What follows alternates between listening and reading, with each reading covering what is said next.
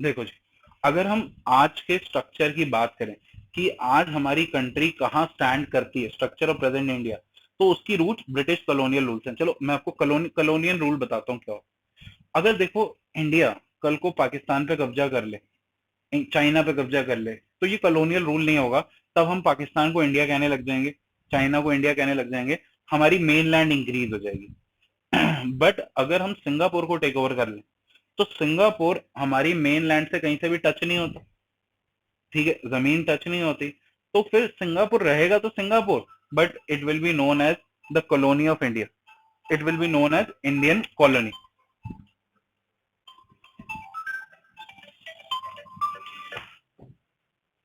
One second बच्चे, ठीक है, then it will be known as Indian colony. अच्छा जी, sole purpose of British colonial rule was to reduce the country into the feeder economy। Feeder economy का मतलब वो होता है कि जो पेट भरे।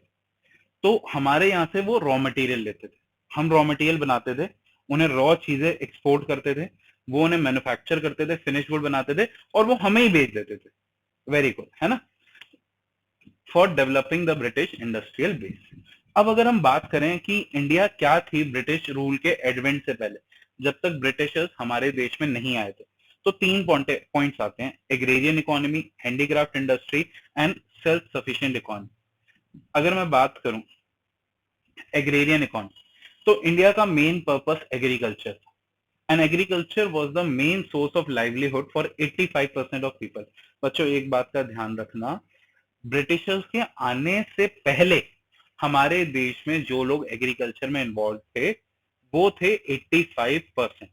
और आगे जाके मैं बताऊंगा कि 1947 में, 1947 में when our country got freedom, तब कितने लोग थे। दोनों चीजों में कंफ्यूज मत होना। एवरीवन वाज डायरेक्टली और इनडायरेक्टली डिपेंडेंट ऑन एग्रीकल्चर। यार देखो, तीन सेक्टर होते हैं, कोई बच्चे मुझे बता सकते हैं वो तीन सेक्टर कौन कौन से होते हैं? Primary, secondary, tertiary. Primary is agriculture and related to land, secondary is manufacturing, tertiary service sector. तो भैया आजादी से पहले, मतलब बेसिकली ब्रिटिशर्स के आने से पहले, इंडस्ट्री और सर्विस सेक्टर तो ना के बराबर थे। मेरे हिसाब से इंडस्ट्री तो कुछ खास थी ही नहीं, ठीक है, तो जो कुछ था वो एग्रीकल्चर सेक्टर था। So every one was directly और इनडायरेक्टली डिपेंडेंट ऑन एग्रीकल्चर, और अगर कोई सर्विस भी थी तो एग्रीकल्चर से रिलेटेड। हैंडीक्राफ्ट इंडस्ट्री, ठीक है। अब हैंडीक्राफ्ट इंडस्ट्री यानी हस्तकला, हमारा देश माना जाता है इस चीज के लिए कि हम हर एक चीज जो भी बनानी होती थी हाथ से बनाते थे। India was well known for its handicraft in the field of cotton, silk and stone work. इतना माना जाता है कि यार मतलब हाथों से जो हमने मूर्तियां बनाई, मैं तुम्हें एग्जांपल देता हूँ, अगर तुम जाओ ये उदयपुर, राजस्थान, इन सब जगहों पे अगर तुम जाओ, तो तुम जाके यहाँ पे क्या देखोगे कि उन्होंने हाथों से क्या क्या चीजें बना रखी हैं। लाल किला बना, ये सब चीजें बनी, ये तब की बनी हुई चीजें आज तक चल रही। बच्चों give me a second, Grofers वाला है। तो अगर आप देखो उस टाइम पे हमारे देश में मीटिंग रीज्वाइन करनी है, अगर खत्म हो जाती है, उस टाइम पे हमारे देश में जो, जैसे अगर आप चले जाओ उदयपुर, राजस्थान में जयपुर में चले जाओ, कहीं भी माउंट आबू साइड चले जाओ, उन्होंने हाथों से ऐसी चीजें कर रखी हैं विच इज इम्पॉसिबल, ठीक है। राजस्थान में एक दिलवारा टेम्पल, अगर आप वहां जाके देखो, तो मतलब अगर आप वो स्कल्पचर्स देखोगे ना जो उन्होंने बनाए हैं, they are amazing, they are not possible कि मशीन से आज भी बन पाए, और उन्होंने हाथ से बना दी। और कहते हैं कि उस टाइम पे, मतलब जैसे आप उस कल्चर पे काम करते थे तो मिट्टी निकलती थी ना, तो उस मिट्टी का जितना वेट होता था उतना सोने में पेमेंट करी जाती थी, ठीक है। Self sufficient, India economy was very self sufficient. हमें किसी की जरूरत नहीं थी, किसी की नहीं। Everything what we require we can produce it. हमें किसी भी कंट्री की जरूरत नहीं पड़ती थी, तो हम सेल्फ सफिशिएंट। तो what you all need to do is copy this, ठीक है, फिर हम नेक्स्ट स्टेज पे चलते हैं। एक बार मैं दोबारा समझाता हूँ। देखो, जो India economy on eve of independence है, उसको हम 6 पार्ट में डिवाइड करते हैं: agriculture, industry, foreign trade, demographic, occupation and infrastructure. हम देखेंगे कि हमारी कंट्री इन सारे पैरामीटर्स पे कहाँ स्टैंड कर रही थी जब हम आजाद थे। इसमें सबसे पहला हम करेंगे डेमोग्राफिक कंडीशन। तो first census was conducted in year 1881। Census में जहां पता करते हैं कि हमारे देश में कितनी पॉपुलेशन है, क्या एज ग्रुप है, उनकी एजुकेशनल क्वालिफिकेशन क्या है, तो वो 1881 में हुआ था। ये एक इंपॉर्टेंट 1 मार्कर क्वेश्चन। फिर किसी भी देश की जो पॉपुलेशन बढ़ती है तो उसके 3 स्टेजेस होते हैं, डेमोग्राफिक ट्रांजिशन कहते हैं इसे। पहला स्टेज होता है जहां पे बर्थ रेट और डेथ रेट दोनों हाई होते हैं। बर्थ रेट और डेथ रेट दोनों हाई होते हैं मतलब ये बहुत पहले की बात कर रहे हैं, ये ईयर 1921 से पहले की बात कर रहे हैं। तब बर्थ रेट भी हाई था क्योंकि लोगों के घर टीवी नहीं थे, डेथ रेट भी हाई था क्योंकि देश में डॉक्टर नहीं थे, तो पैदा भी ज्यादा हो रहे थे, निपट भी ज्यादा रहे थे, मामला बैलेंस चल रहा था। 1921 के बाद बर्थ रेट तो बढ़ता गया, मतलब टीवी अभी भी नहीं खरीदे हैं, पर डेथ रेट काफी कम होगा क्योंकि डॉक्टर्स आने लग गए, मेडिकल इलाज आने लग गया। और अब हम थर्ड स्टेज में, बर्थ रेट भी कम है, डेथ रेट भी कम। ईयर 1921 को कहा जाता है ईयर ऑफ ग्रेट डिवाइड, क्योंकि ये जो साल था ना 1921, ठीक है, ये वो साल था जहां पे एक बारी, पहली बारी हमारी पॉपुलेशन कम हुई थी। वरना हर साल पॉपुलेशन ज्यादा होती थी, बस इस साल पॉपुलेशन कम हुई थी। फिर हमने पीछे मुड़ के नहीं देखा, फिर तो जो हमारी पॉपुलेशन बढ़ी है, सहवाग, ठीक है, ऐसे चौके मारे हमारे देश ने, बस पूछो मत। हमारे देश की स्ट्राइक रेट ही अलग थी।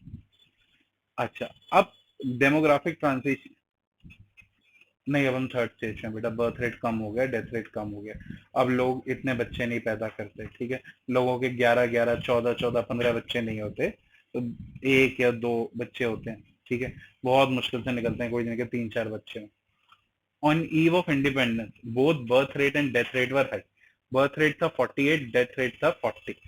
लिटरेसी रेट बहुत कम था, I can say it was less than 16%, और फीमेल लिटरेसी रेट तो और ही कम था, दैट वाज ओनली 7%, ठीक है।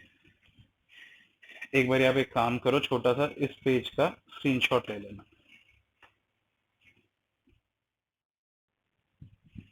अब देखो third point, public health facilities were either unavailable to large chunk of population if available were inadequate. हमारे देश में हेल्थ फैसिलिटीज नहीं थी, वैसे तो आज भी नहीं है, वो भी पढ़ोगे तुम करंट चैलेंजेस, दिख भी रहा है, तभी तो इतना फियर है कि कोरोना वायरस स्प्रेड कर गया तो our country will be history, ठीक है। तो अवेलेबल नहीं थे, अवेलेबल थे तो कम थे। Overall mortality rate was very high, लोग बहुत ज्यादा निपट जाते थे, और इसमें infant mortality, oh my God, it was alarmingly high, 218 पर 1000, मतलब 218 बच्चे हर 1000 बच्चों पे। अगर 1000 बच्चे पैदा होते थे तो उसमें 218 बच्चे तो 1 साल की उम्र से पहले ही मर जाते थे। अब उसके reason lack of health facilities था, ठीक है, हमारी सोशल इविल्स थे, फीमेल फोर्टिसाइड, ठीक है, बस, और क्या कहते हैं, नरिशमेंट की कमी थी।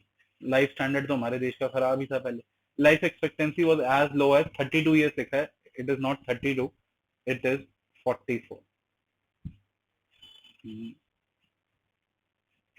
It was 44, now it is 68 years. Okay, चलो हम आगे चलते हैं। तो ये तो था हमारा डेमोग्राफिक ट्रांजिशन। अब हम अगले टॉपिक पे आते हैं, ऑक्यूपेशनल स्ट्रक्चर। तो बच्चों, ऑक्यूपेशनल स्ट्रक्चर बताता है कि shows what percentage of people are engage in different types of activity. 3 activities होती है, प्राइमरी, सेकेंडरी, टर्शरी, उसमें कितने कितने लोग एम्प्लॉयड। मैंने तुम्हें पहले एक बात बताई थी कि before Britishers, advent of British, हमारे देश में लोग 85% एग्रीकल्चर में इन्वॉल्व होते थे, बट जब ब्रिटिशर्स चले गए ऑन ईव ऑफ इंडिपेंडेंस, ये 70 to 75% हो गए। सेकेंडरी सेक्टर थोड़ा डेवलप हुआ, उसमें 10% लोग इन्वॉल्व थे, और टर्शरी सेक्टर में 15 से 20%। अब ये तो हो गई variation in primary, secondary, tertiary. Regional variation मतलब जियोग्राफिकल वेरिएशन, तो parts of Madras presidency, Maharashtra, West Bengal, यहाँ पे लोग एग्रीकल्चर से दूर हो गए, ठीक है, बट उड़ीसा, राजस्थान, पंजाब, यहाँ पे उसी वक्त एग्रीकल्चर में ज्यादा से ज्यादा लोग इन्वॉल्व हो गए, ठीक है। एक बार आप इसका स्क्रीनशॉट ले लो और इसे रीड कर लो। देखो जी, इंफ्रास्ट्रक्चर, थर्ड पार्ट।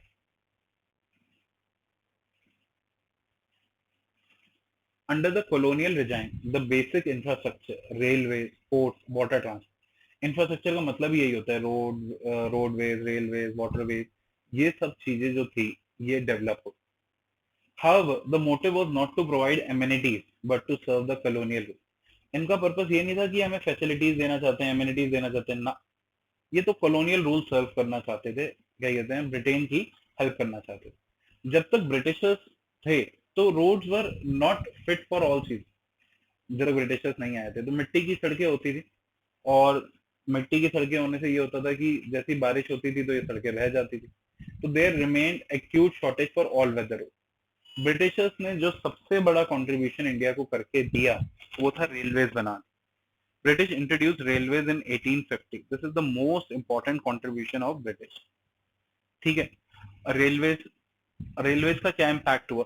पहला इम्पैक्ट रेलवेज का ये हुआ, it enable us to undertake the long distance travel and break the cultural and geographical barrier. ठीक है, हम लॉन्ग डिस्टेंस ट्रेवल कर पाए, कल्चरल और जियोग्राफिकल बैरियर को हम खत्म कर पाए। कैसे? जियोग्राफिकल बैरियर तो हम पहुंच ही गए, कल्चरल जब हम दूसरी जगह गए, वहां का कल्चर समझा, तभी तो हमारे कल्चर में वेरिएशन आनी शुरू हुई। Fostered commercialisation of Indian agriculture. आज तक हमारे फार्मर ने जो खेती बाड़ी करी थी वो सेल्फ सफिशिएंसी के लिए करी थी। आज भी गांव देहात में ऐसे फार्मर्स बैठे हैं जिन्होंने कभी मतलब ये बेची ही नहीं चीजें। मतलब अगर तुम जाओगे, मेरे से देख दो इंस्टेंस हुए हैं कि अगर उनके खेती से कुछ सामान ले लोगे, they will not charge you money even, they will इसके काय के पैसे, ये तो बस ठीक है, तो ये तो आप खाने के लिए ले रहे हो ना, खाने के थोड़ी पैसे होते हैं। अब बेचने के लिए लेते तो बात अलग थी, ये तो आप अपने घर लेके जाना चाहते हो, रोज ले जाओ, हमें कोई दिक्कत नहीं। तो दे उन्होंने पर ब्रिटिशर्स ने आके हमें कमर्शियलाइजेशन सिखाया, हमें इंडिगो ग्रो करना सिखाया, हमें सोया ग्रो करना सिखाया। तो ये सब चीजें ग्रो करनी हमें तब सिखाई, which comparatively increase self sufficiency.